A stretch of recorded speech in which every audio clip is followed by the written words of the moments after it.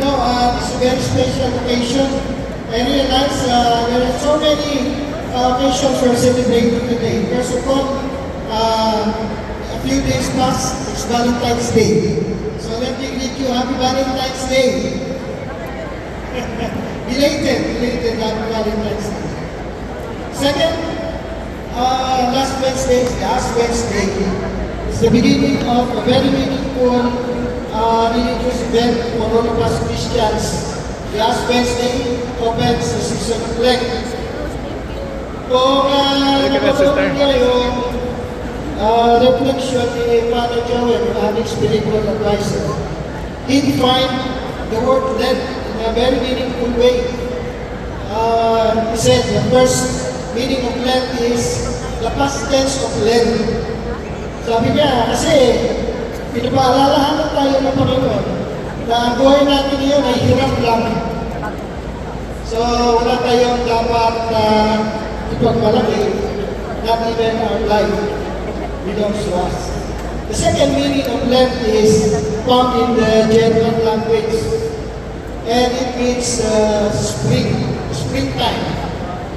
And it also relates to the season of Lent because in the springtime, the leaves started falling and started to renew, start a fresh new life. And the third meaning, according to Father Joel, is Lentness, which means slow down. So sabi na, slow down lang tayo. Habit lang tayo. Refrain from the usual pleasures that we desire. And lastly, it's the time for repentance, forgiving, loving, almsgiving, fasting, abstinence. Setting aside what we want, preparing ourselves for renewal, and reuniting our spirit with the Lord. So it's a beautiful way to start the session today.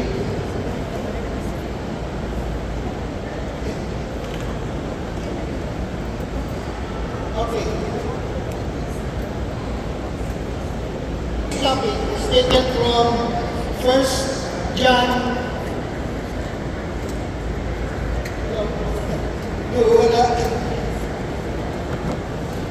John wrote of saying, we write to you about the word of life. Remember, we write to you about the word of life, which has existed from the very beginning. We have heard it. So, word, okay lang, ano? Kasi, John was saying, we heard the word. So, it is a word. But what puzzles us is the next sentence, next description. And we have seen it. So I was just thinking, what kind of word of that? It has been seen, so there must be an image in the word. And yes, we have seen it.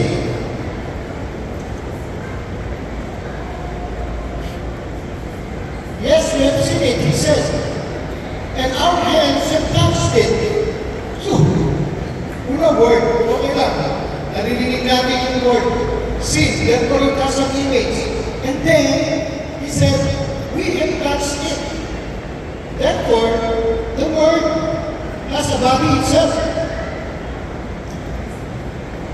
When this light became visible, we saw it. Then he called the word life, and it starts to be visible to the apostles, and they said, we saw it. So we speak of it and tell you about the eternal life. Now I'm thinking, a word with an image, with a body, and he's speaking about eternal life, which was with the Father and was made known to us. Kaya natin intindihin, a word that has an image, that has a body, that's why they touch. And he spoke about the eternal life, which was with the Father and was made known to us. So, what is this confusing description? Jesus. Jesus was the Word. They have seen Jesus. They have touched Jesus. He is with the Father, and He is key to eternal life. So, that's how I understood it. So, brothers and sisters, I find this verse very powerful, and actually, if you look at the description of this part of John's message, it is described as the most powerful openings of the New Testament. Tuloy yung pinakamakapangyarihang opening message ng New Testament, where John the Apostle emphasizes the physical evidence. He is not just sharing a philosophy or a distant theory. He is, in fact, was an eyewitness.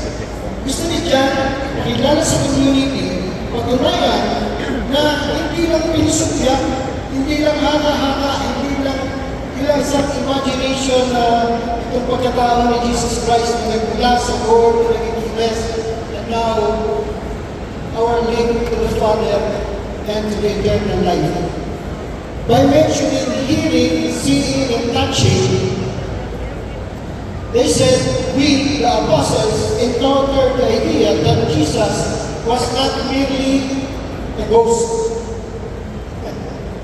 Kaya gusto ko yung palawanin ito kasi, ano natin, bakit sinasabi ni John ito sa community? Remember, the Apostle John was the last to die. So, siya yung nakakita kung paano nag-involve yung community. And during that time, some of them are thinking na perhaps Jesus is a spiritual imagination or perhaps a ghost spirit. So John is referring to them that Jesus is not just spirit, He is body of flesh. It's an invitation into a shared experience. He wants the community to experience. He wants the community to experience the presence of Jesus, moving from eternal life that existed in God the Father into the lived human experience of the disciples. Today, brothers and sisters, as we reflect on this humble verse, we will try to reflect on our day. First of all, remember Moses. Maybe we have read about this, that every time Moses go to Mount Zion and ask for messages from the Lord, when he returns and comes into his tent, the tent will look parang nagliliwanag. Nagliliwanag yung tent. Kasi yung body mismo ni Moses nagra-radiate. So people will come to the tent because they know that Moses has a word from the Lord. Ganun din tayong community, God's word unites us. Imagine, the whole global community of CFC is now talking about this one message from the Lord, which came to the international church during their retreat sometime in August. Now, we are in this tent, waiting for God's message. And then we will try to reflect on our experiences, on how good God is to us. We will also talk about the hindrances. While God wants us to have this experience, there are hindrances that keeps on going in between God's blessings and our desires.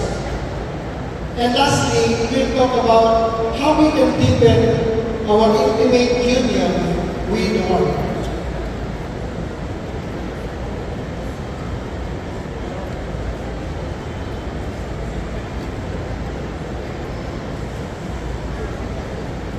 Okay. This is very basic. In the beginning, you and I were designed by God and destined to be with God. Tama-tama yung message ng Lenten season. From dust you came, and dust we shall return. We came from God, and the plan is we will all return to God.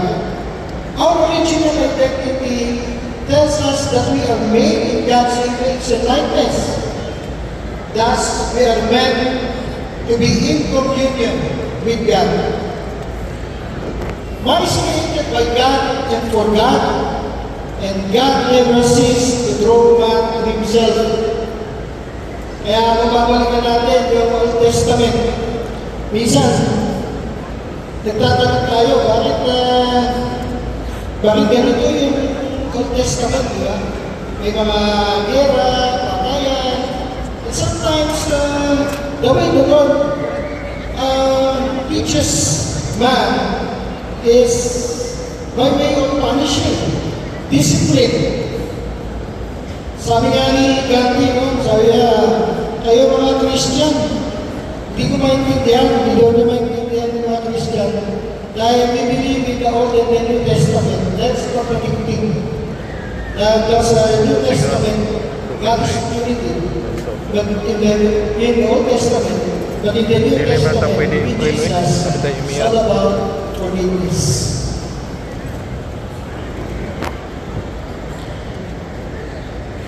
We are very stubborn, mga kapatid. But however stubborn one was, God always finds a way to reconcile with us. Kung yun yung plano niya, magkaroon tayo ng communion with Him.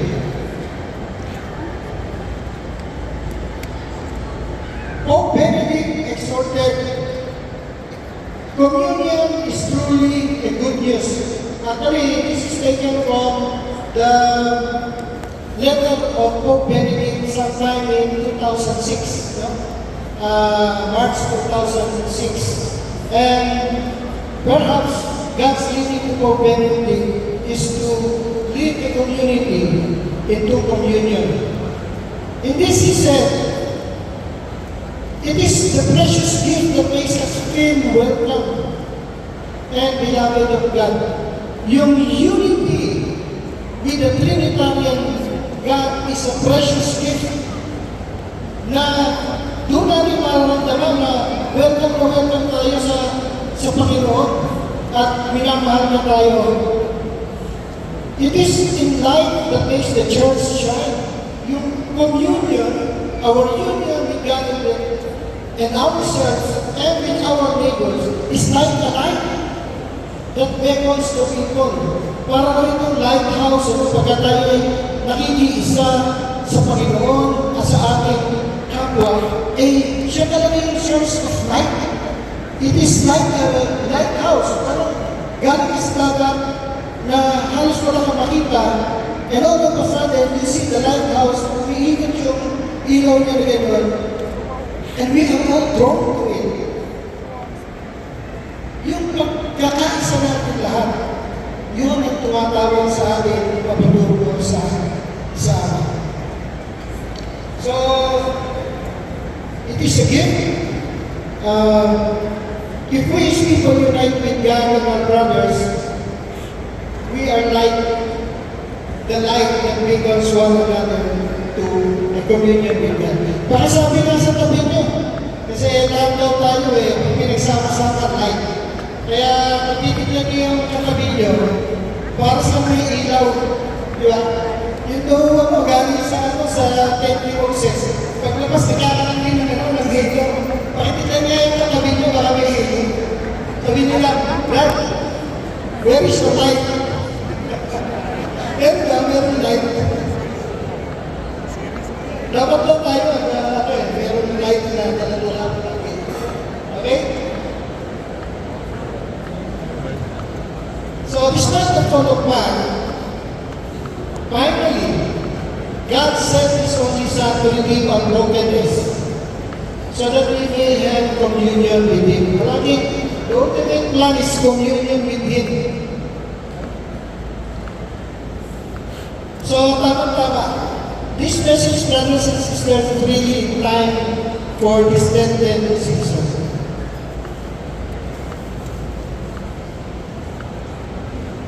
God's goodness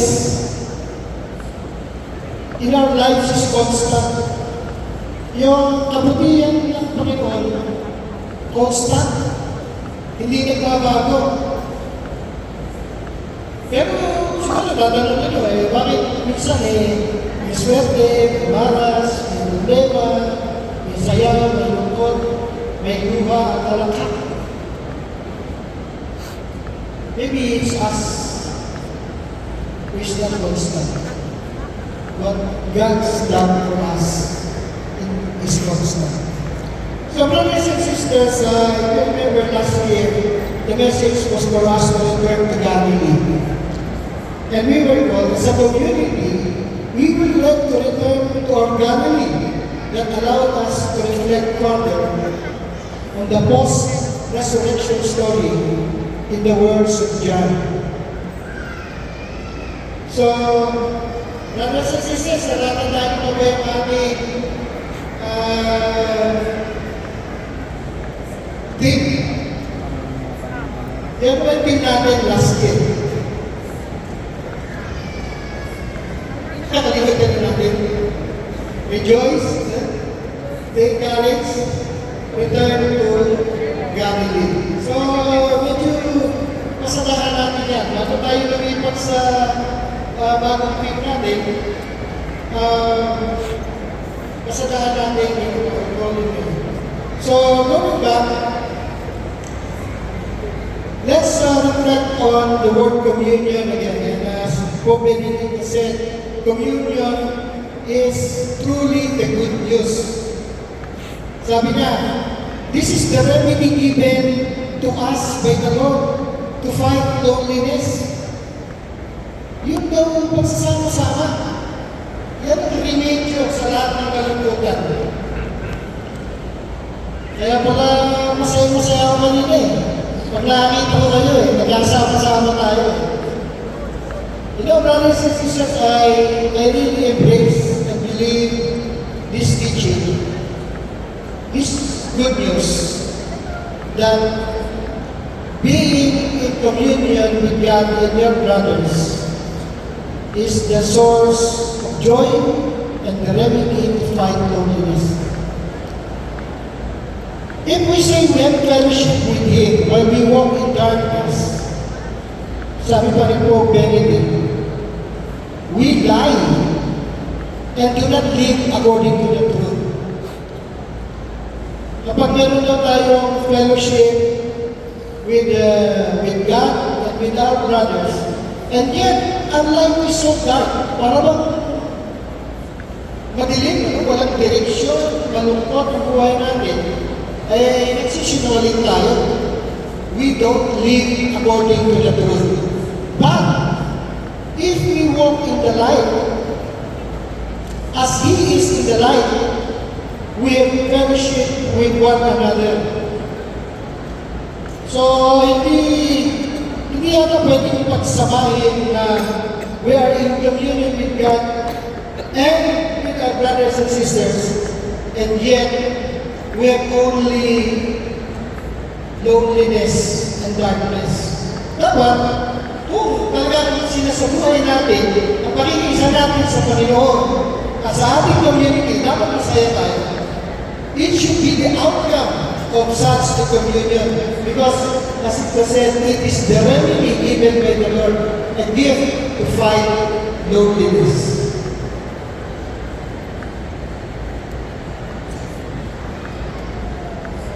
Ano ba ang natagpuan nyo? Diba sabi sa last year, go back to Galilee. Bumalik pa tayo sa ating Galilee. What have we found in our own individual Galilee? In going back to your Galilee, did you find renewed strength? Napalakas ba kayo ng ala-ala na dati you were going nowhere and now you're in the arms of the Lord, you're in the arms of the loving community? Nakita niyo ba yun sa Galilee? Did you find Jesus back there? Kasi sabi ni Jesus, punta kayo sa Galilee. Oh, Galilee ba? Tama. Diyan tayo tinawag doon sa may bangka, sa gilid ng dagat, habang tayo ay nangingisda, tinawag niya tayo. Kaya sabi ni Jesus, punta kayo doon, susunod ako. And in fact, it happened after his resurrection, bumalik si Jesus Christ. If we really, in spirit, went back to Galilee, since we are in this community, and we have already experienced communion, most likely we have found Jesus back there. At nung nakita natin ang Panginoon doon sa gilid ng bangka, saan niya tayo nirecruit? What did you tell Jesus? If we have seen Him,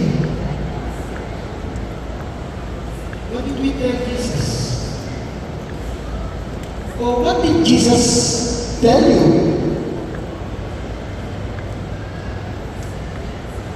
Siguro maganda naman. Let's go to reflect. Now, let's go back to this verse in the one we are one.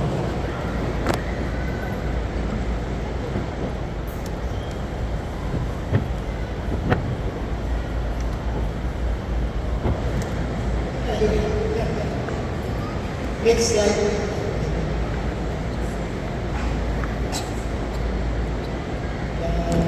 Sorry.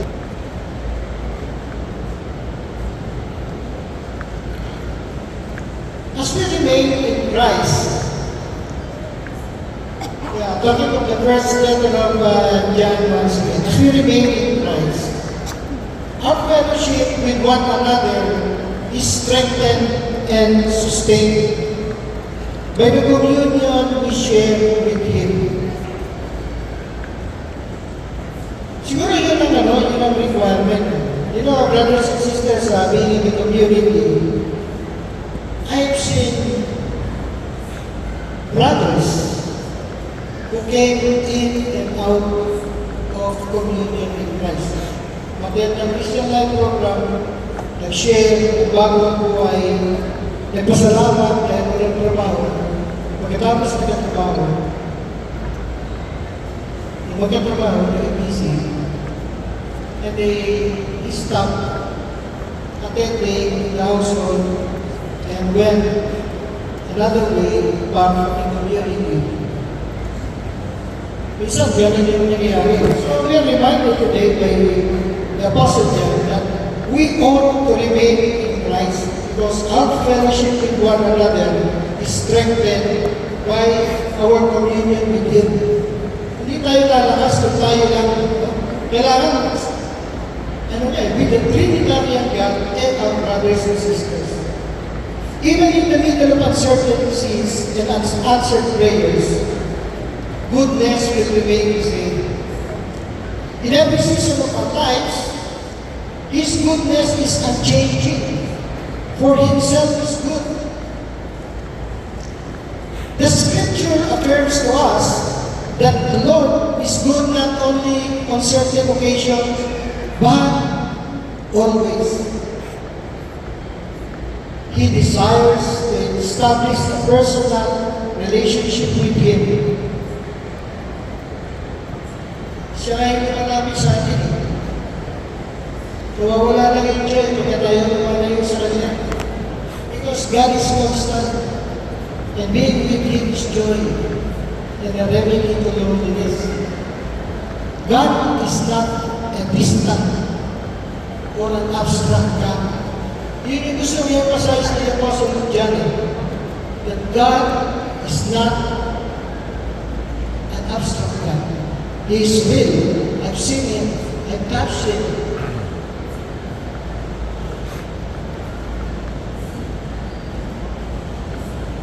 In our prayers, our daily lives to experience the Lord, our encounters with the Lord are concrete manifestations of His goodness. You know, the first sentence in Pope Francis' Apostolic Exhortation, Evangelii Gaudium, it says simply, the joy of the gospel fills the hearts and lives of all who encounter Jesus. So brothers and sisters, understanding the very meaning of this gospel that leads us to reflect for this whole year, it's all about communion with the Trinitarian God, communion with our brothers and sisters. And these two are inseparable. Again, it says, you cannot say you are with God, you are with your community, and yet you are in darkness. Pope Benedict says, that would be a lie. So, kaya dapat masaya tayo. If we continue to serve God and serve our brothers and sisters, there's only joy. And there's no more darkness. Okay? Now, brothers and sisters, let me lead you to a reflection activity.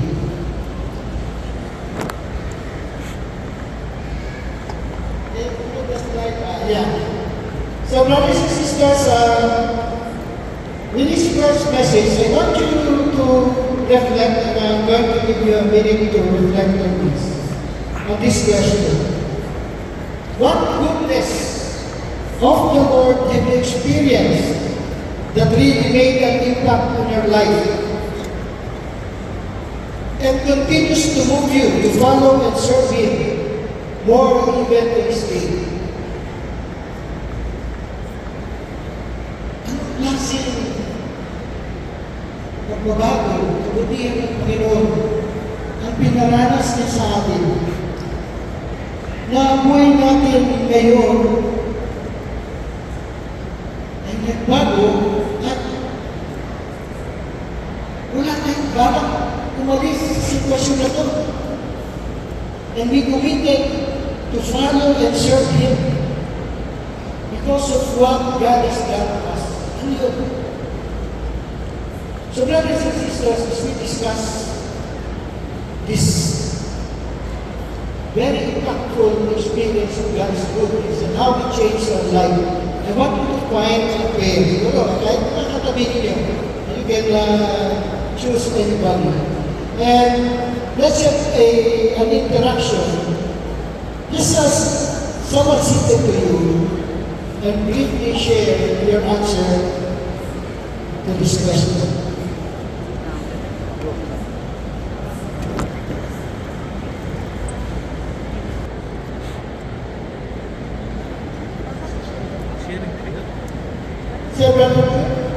Oh, there. John Vic. Let's give Brother John Vic and wife a round of applause. Take it away, Brother John and Sister Amy.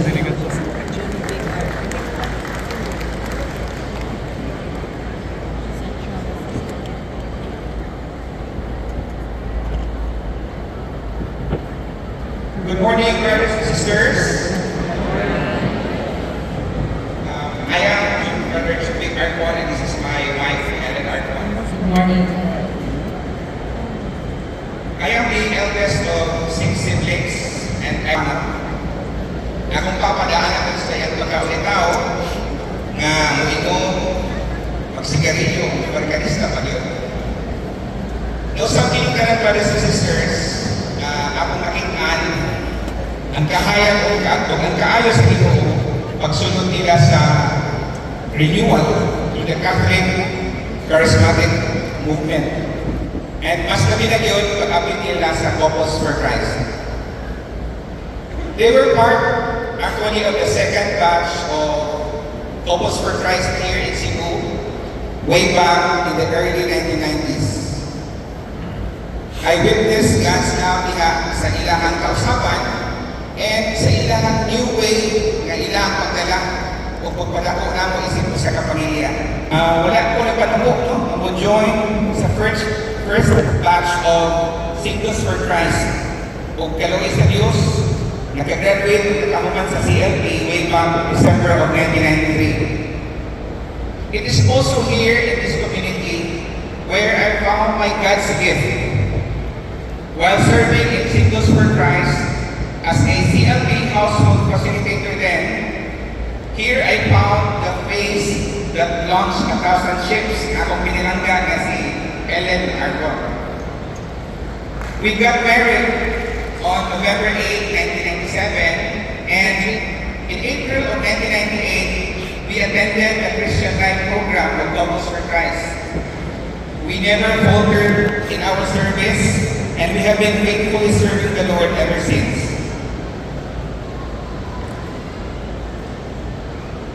But we were not spared of challenges, brothers and sisters. Bisan pa nga kami faithfully nag-serve sa Ginoo, we had also our share of challenges. It was a challenge for me to conceive a child. I had endometriosis. It's a condition making it difficult for me to get pregnant. Added to that, I also have a retroverted uterus. So at that time, when we thought that after what we felt was a very long time of waiting for a child, abi na mo udi na yun mi magkana. But God in His goodness gave us a wonderful surprise. When we accepted the call to serve as a chapter coordinator of Singles for Christ in Migranilla chapter, God blessed us with the birth of our firstborn son, si Kuya JP, almost 2 years after we got married.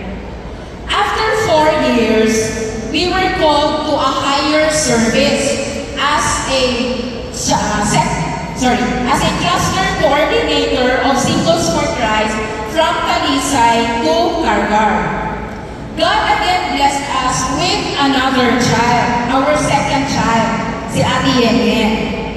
After 4 years again, we were called to yet another higher service as Singles for Christ South Area Coordinator from Talisay to Santander. And this time, God blessed us with our third child, si Ate Jen. After 3 years, we were again asked to serve in the mainstream of Couples for Christ this time. And then again, God blessed us with our fourth child, si Johan.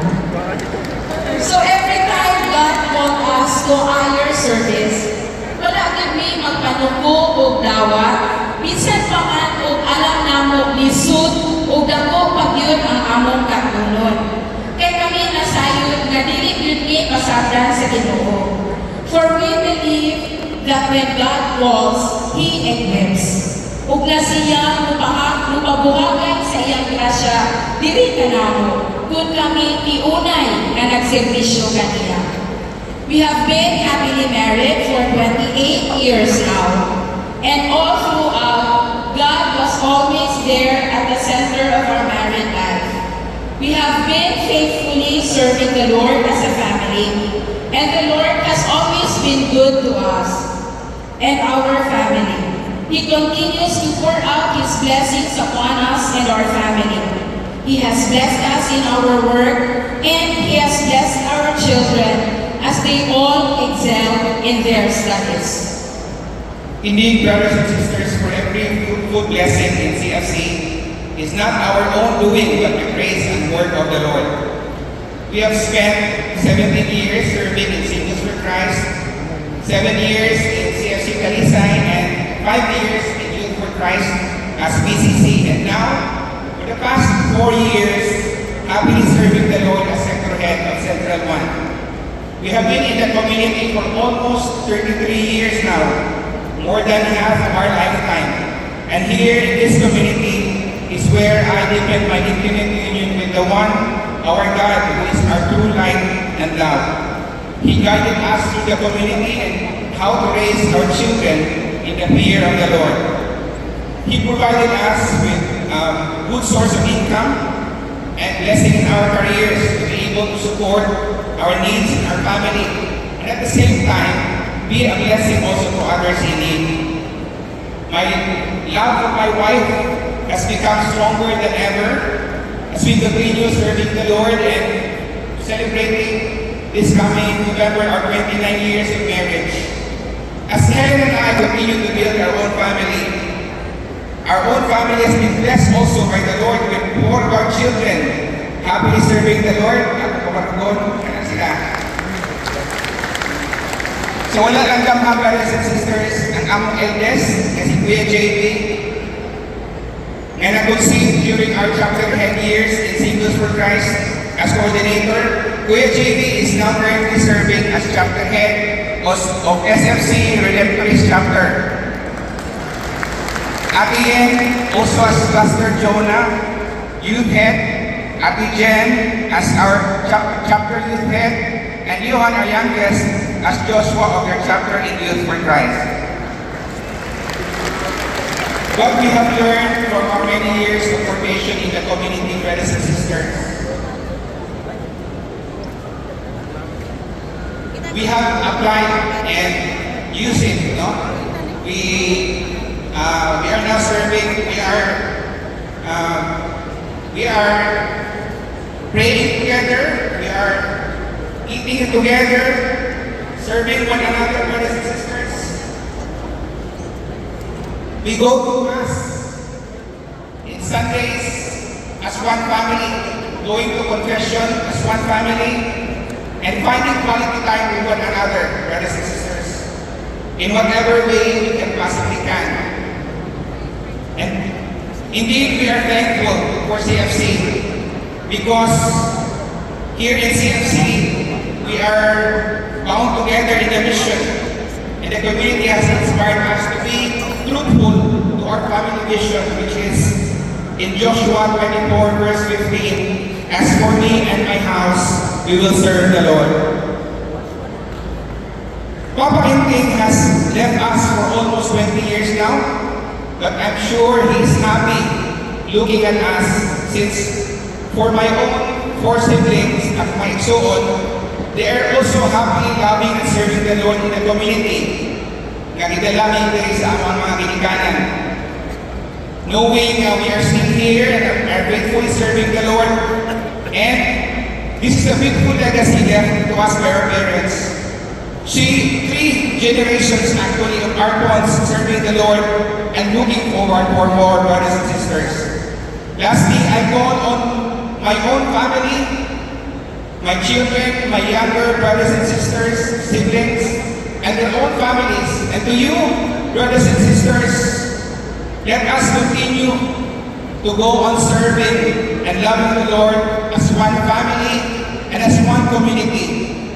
Let us faithfully serve the Lord and inspire our next generation to grow in the same love for the one Lord and Savior. Because in the one, we are one. Thank you, brothers and sisters. Ellen, so truly, brothers and sisters, if we remain in communion with the Lord and with the community, true to our covenants, the Lord will bless not only us, but also the generations that are to come from us. So alam niyo mga kapatid, naniniwala po tayo na katulad ng ginawa ng Panginoon kila Abraham, David, magkulang lang tayo, babalik lang tayo sa Panginoon. He will bless, the Lord will bless not only us, but our children and even our descendants. So that's how the Lord is blessing the family of Brother Judwick and Sister Helen. Let's praise and clap for the Lord for that.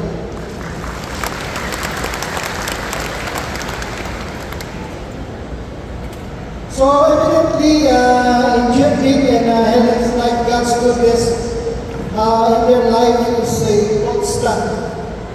And the Lord really found a way because He decided to establish personal relationship with Him, with them. So, brothers and sisters, that's just not sharing.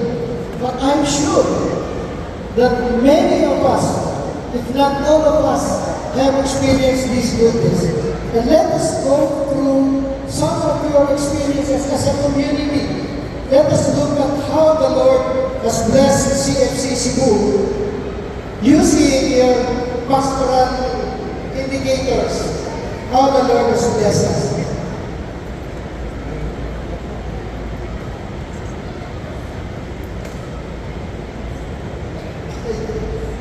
Okay? Pamilya?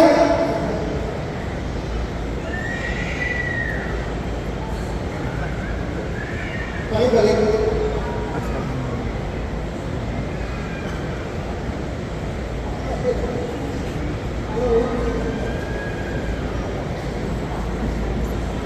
Ayan. Ito, last year, ha? Imagine, Cebu, the biggest province in the whole global CFC, still managed to grow by almost 8%. No? From last year, you have 20,271, and you still managed to grow by 1,542, that's 7.6%.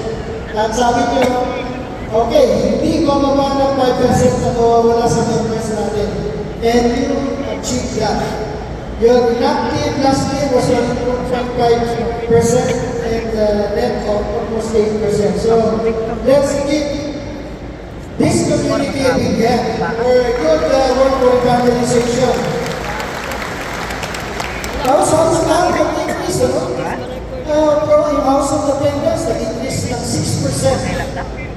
CPA, much higher than 2024. And out of 169 parishes, CFC Cebu is now present in 95% of all the parishes in the island of Cebu. Bihira yung nakaka-achieve yan. So, let's thank the Lord for His goodness.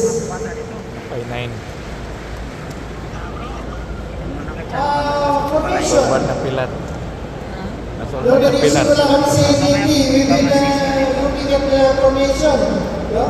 AGT, sana iba-improve natin ito. Pataas natin, impact. By end of this year, the indicator of mass transformation improved. Plus the leaders training went to almost 40%, UNP 33%, and SMT 26%. And what is most promising is that this year, you will be able to produce halos isang sector na new speakers. So congratulations and thank you for our pastoral team. 734 new speakers. Imagine what this almost one sector of speakers can do to CFC Cebu.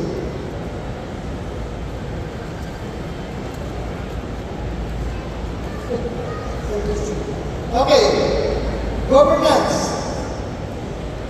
As you can see, maraming mga pinag-muli ang governance dito. You know, brothers and sisters, I've been to many different communities. And it is my honest opinion and observation that the most efficient use of OGD that I have ever seen, I've seen it in Cebu. Very diligent reporting, and I believe accuracy is there, and it continues to improve. You focus on the leads training, no?